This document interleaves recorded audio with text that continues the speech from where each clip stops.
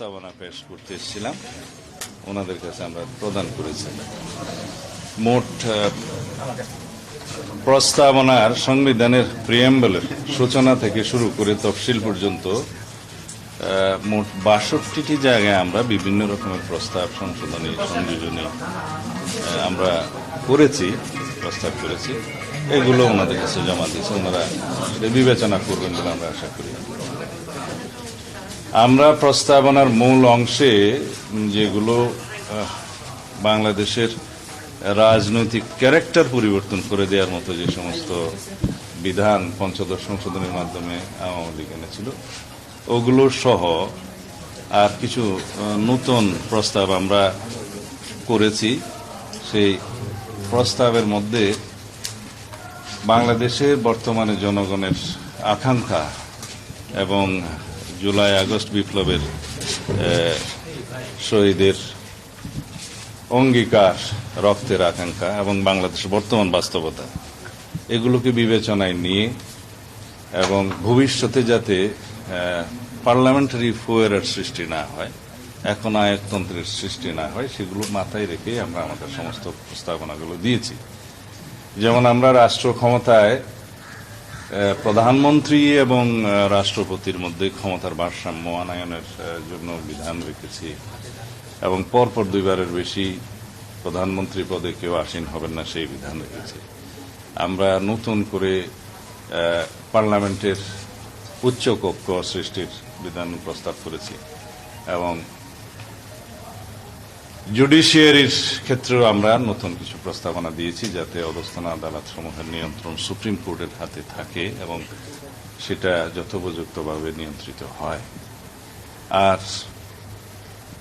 আমরা নতুন পদ হিসেবে উপরাষ্ট্রপতি, উপপ্রধানমন্ত্রী পদ সৃজনের বিষয়টা আগে এক সময় ছিল, সেটা আমরা পুনঃপ্রবর্তনের বিধান রেখেছি, প্রস্তাব করেছি।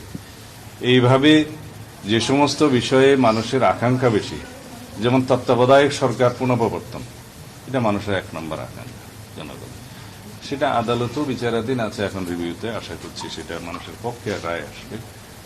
এবং গণভোটের বিধান, যেটা আর্টিকেল 8, 46, 48, 56 and 142 itself, যেগুলো পরিবর্তন আনতে গেলে এবং প্রস্তাবনা পরিবর্তন আনতে গেলে যে গণভোটের বিধান ছিল, যেটা আওয়ামী লীগ উড়িয়ে দিয়েছিল, সেগুলো পুনঃপ্রবর্তনের জন্য আমরা প্রস্তাব করেছি। এইভাবে আমরা প্রস্তাবনা প্রজাতন্ত্র, নির্বাহী বিভাগ, বিচার বিভাগ, আইন বিভাগ সহ এবং নির্বাচন কমিশন সহ সর্বত্র তফসিল সহ আমরা সব বিষয়ে আমরা অ্যাড্রেস করেছি, যাতে একটি গণতান্ত্রিক সংস্কার সাধিত হয় সংবিধানের এবং সেটার উপকার বাংলাদেশের জনগণ পায় এবং সব ক্ষেত্রে যেন একটা ব্যালেন্স অফ পাওয়ার সৃষ্টি হয় বাংলাদেশের রাষ্ট্রের সমস্ত অঙ্গের মধ্যে। এগুলো আমরা প্রস্তাব করছি। ধন্যবাদ। সংবিধান পুনর্লিখন সংস্কারের কথা বলছেন, এটা নানা অঙ্গীকার কিন্তু পুনর্লিখন কথা বলছে, এই বিষয়ে কোনো আলোচনা হয়েছে কিনা? সংবিধান সংশোধনের প্রস্তাব করেছি আমরা ব্যাপক ভিত্তিক, যাতে এটা গণতান্ত্রিক সংবিধান সংশোধন হয় এবং জনগণের আকাঙ্ক্ষা পূরণ হয়। সেটা কি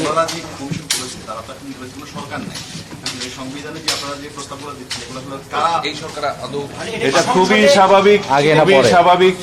সংবিধান সংস্কার কমিশন তাদের রিকমেন্ডেশনস গুলো সরকারের কাছে প্রদান করবেন এবং অন্তর্বর্তীকালীন সরকারের মাননীয় প্রধান উপদেষ্টা বলেছেন যে তারপরে উনি সবার সাথে আলোচনা করবেন, রাজনৈতিক দল, স্টেক হোল্ডার, বিশেষজ্ঞ, সমাজের বিভিন্ন শ্রেণীর প্রতিনিধি, সামাজিক শক্তি, সবার সাথে আলোচনা করে সেটা ওনারা চূড়ান্ত করবেন এবং এই চূড়ান্ত করার পরে দেখা যাবে অধিকাংশ ক্ষেত্রেই সবাই একমত পোষণ করেছে। কিছু কিছু ক্ষেত্রে তো দ্বিমত থাকতেই পারে।